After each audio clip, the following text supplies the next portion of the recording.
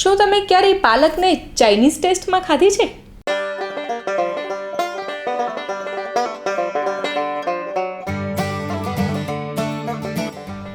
Hello friends, welcome to our channel फुर्सत में कुछ पल जिंदगी के।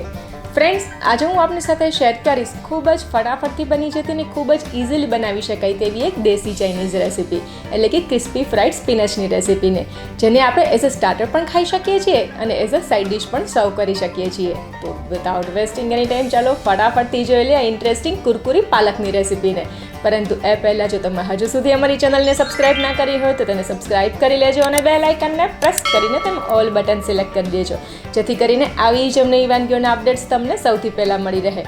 અને જો તમને અમારો રેસીપી વિડીયો પસંદ પડે તો વિડીયોને લાઇક કરવાનું, શેર કરવાનું અને નીચે કમેન્ટ બોક્સમાં કમેન્ટ કરવાનું ના ભૂલતા, ક્યોંકि પ્યાર કરતે જાઓ, શેર કરતે જાઓ, જિંદગી बहुत ही खूबसूरत है।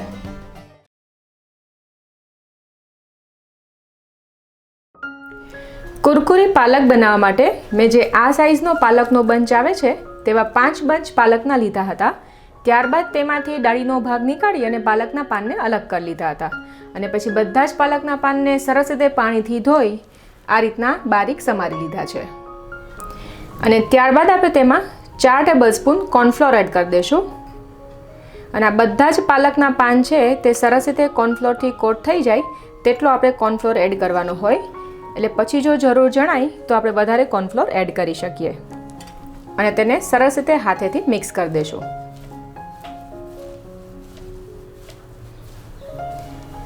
આપ જોઈ શકો છો બધા જ પાલકના પાન કોર્નફ્લોરથી સરસ રીતે કોટ થઈ ગયા છે અને જેના માટે મને 5 ટેબલસ્પૂન કોર્નફ્લોરની જરૂર પડી છે।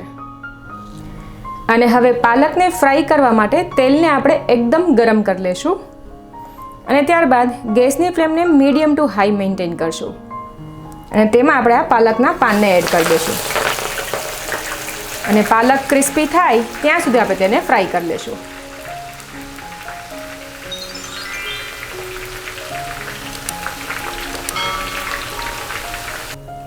ફ્રેન્ડ્સ, આપ જોઈ શકો છો કે જ્યારે આપણે પાલકના પાનને એડ કર્યા ત્યારે તેમાં એકદમ જ બબલ્સ થયા હતા અને હવે બબલ્સ એકદમ ઓછા થઈ ગયા છે, મતલબ કે આપણી પાલક છે તે સરસ રીતે ફ્રાય થઈ ગઈ છે અને ક્રિસ્પી થઈ ગઈ છે। તો હવે આપણે તેને તેલમાંથી નીકાળી દઈશું અને આ રીતે તેમાંથી બધું જ વધારાનું તેલ પણ નીકાળી દઈશું અને ત્યારબાદ તેને ટિશ્યુ પેપર પર ટ્રાન્સફર કરી દઈશું અને આ રીતે આપણે પાલકની બીજી બધી બેચીસને પણ ફ્રાય કરી લઈશું। તો બધી જ પાલક સરસ ક્રિસ્પી ફ્રાય થઈ ગઈ છે। ફટાફટથી આપણે તેને એક ચાઇનીઝ ફ્લેવર આપી દઈએ, જેના માટે એક ફ્રાય પેનમાં આપણે 2 ટેબલસ્પૂન જેટલું તેલ લઈ લેશું અને તેલને થોડું ગરમ થવા દેશું અને તેલ થોડું ગરમ થાય એટલે આપણે તેમાં 8 થી 10 લસણની કળીને બારીક સમારીને એડ કરી દઈશું, સાથે 1 ઇંચ આદુના ટુકડાને બારીક સમારીને એડ કરી દઈશું, 1 નંગ લીલા મરચાંને બારીક સમારીને એડ કરી દઈશું અને બધું જ ગેસની હાઈ ફ્લેમ પર 1 મિનિટ જેવું સોતે કરી લેશું।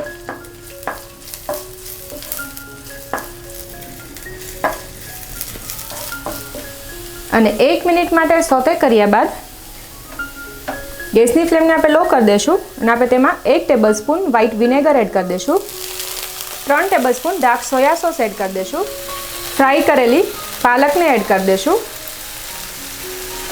અને તેને હળવા હાથે મિક્સ કરી દઈશું।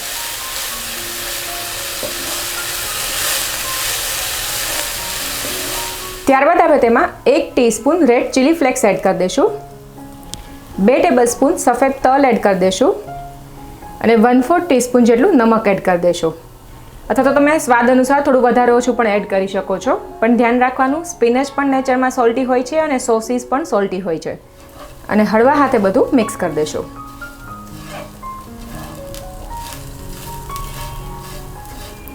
તો આપણી કુરકુરી પાલક તૈયાર છે। ગેસની ફ્લેમને બંધ કરી દઈશું અને ગરમા ગરમ સર્વ કરીશું। તો ફ્રેન્ડ્સ, આ ક્રિસ્પી ફ્રાઈડ સ્પિનચની રેસીપીને તમે જરૂરથી ટ્રાય કરજો અને તમને તેનો ટેસ્ટ કેવો લાગ્યો તે કમેન્ટ બોક્સમાં કમેન્ટ કરીને અમને જરૂરથી જણાવજો।